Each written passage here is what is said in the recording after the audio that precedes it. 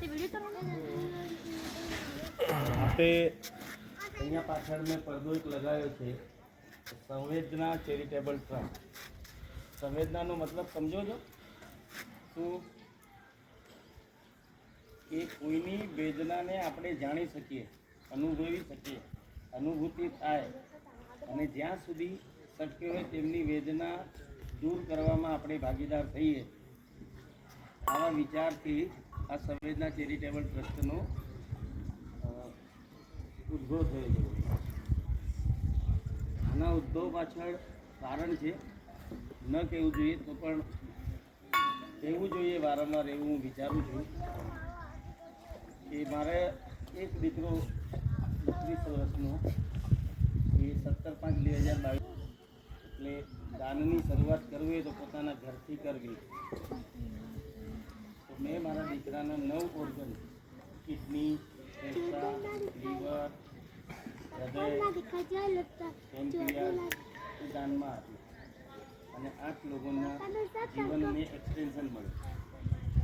ત્યારથી આ સંવેદના ચેરિટેબલ ટ્રસ્ટનો પ્રારંભ થયો. આપ સુધી જેમ ગંગા નદીને પહોંચાડવા ભગીરથજીએ જે ભગીરથ કાર્ય કર્યું, એ રીતે આ આદિવાસી વિસ્તારમાં આપણે આજ દિન સુધી સ્વેટર, નોટબુક, બીજા ઘણી બધી વસ્તુઓ છે જે ગણી શકાય એમ નથી, અને એ આપવાનું ચાલુ જ છે. ગયા બુધવારે અમે બેલવાડા પાસે દાંતિયા આશ્રમ શાળા છે, ત્યાં બી 20 બાળકોને સ્વેટર અને ટ્રેકસૂટ આપીને આવ્યા. અમારે તકલીફ શું છે કે અમે 4-5 જણા ટ્રસ્ટમાં છીએ. કોઈ સ્વચ્છતા, અનુશાસન અને શિક્ષણ એ રીતે ગણવું. સ્વચ્છતા એટલે કે છોકરાઓ યુનિફોર્મ પહેરીને આવે, દરરોજ નહીને આવે, આ નાખૂન વગેરે કાપીને આવે, વધી ગયા હોય તો, હા ને, અને યુનિફોર્મમાં આવે, અને ડિસિપ્લિનમાં રહે. જ્યારે કોઈ પણ વર્ગ ચાલતો હોય ત્યાં શાંતિથી બેસે, શિક્ષકોનું કહેવાનું માને, મોનિટરનું કહેવાનું માને, અને પોતાનો અભ્યાસ પૂર્ણ કરે, એ અગત્યનું છે. આપમાંથી ઘણા બધા લોકો, છોકરા કે છોકરીઓ, ઘણી બધી વસ્તુઓ જાણતા હશે, જેવી કે ચિત્રકામ કરતાં કોને ગમે બધામાં? बोलता नहीं, अक्सर उनके हुनर नहीं बोलते, वो हौसला बताते हैं. तो जे बोलता नहीं એ કરી બતાવે. તો કુદરતનો નિયમ છે. યાદવ સાહેબ એ કૃષ્ણના કુળના કૃષ્ણ બંને આવ્યા છે આપણી વચ્ચે.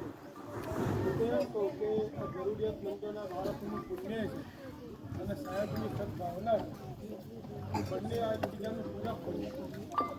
બાળકોની પુણ્ય અને આમની સદભાવના કરી બની તેના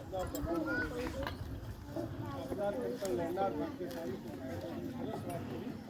તો મને એટલી ખબર પડે કે જ્યાં જ્યાં ઈશ્વર, પ્રભુ, અલ્લાહ, માલિક પહોંચી નથી શકતો, તે આવા સેવાભાવી દાતાઓ ત્યાં પહોંચી જાય અને ભગવાનનું કામ પૂરું થાય. કંઈક જીવનમાં એવી ઘટના બનતી હોય છે કે જે આપણને કંઈક સારું કરવા પ્રેરે. સાહેબના વાત સાંભળીને થોડું થયું, પણ આપણે એ પરમ કૃપાળુ એવા સુરજ ભગવાનને પ્રાર્થના કરીશું કે એમના દીકરાની આત્મા જો હશે, સારી જગ્યાએ સ્વર્ગમાં વાસ કરતી હશે, અને એ આજે એમના પપ્પાની આ સારી સેવાભાવી વૃત્તિથી એટલી ખુશ થશે. અને અમે બધા પણ પ્રાર્થના કરીએ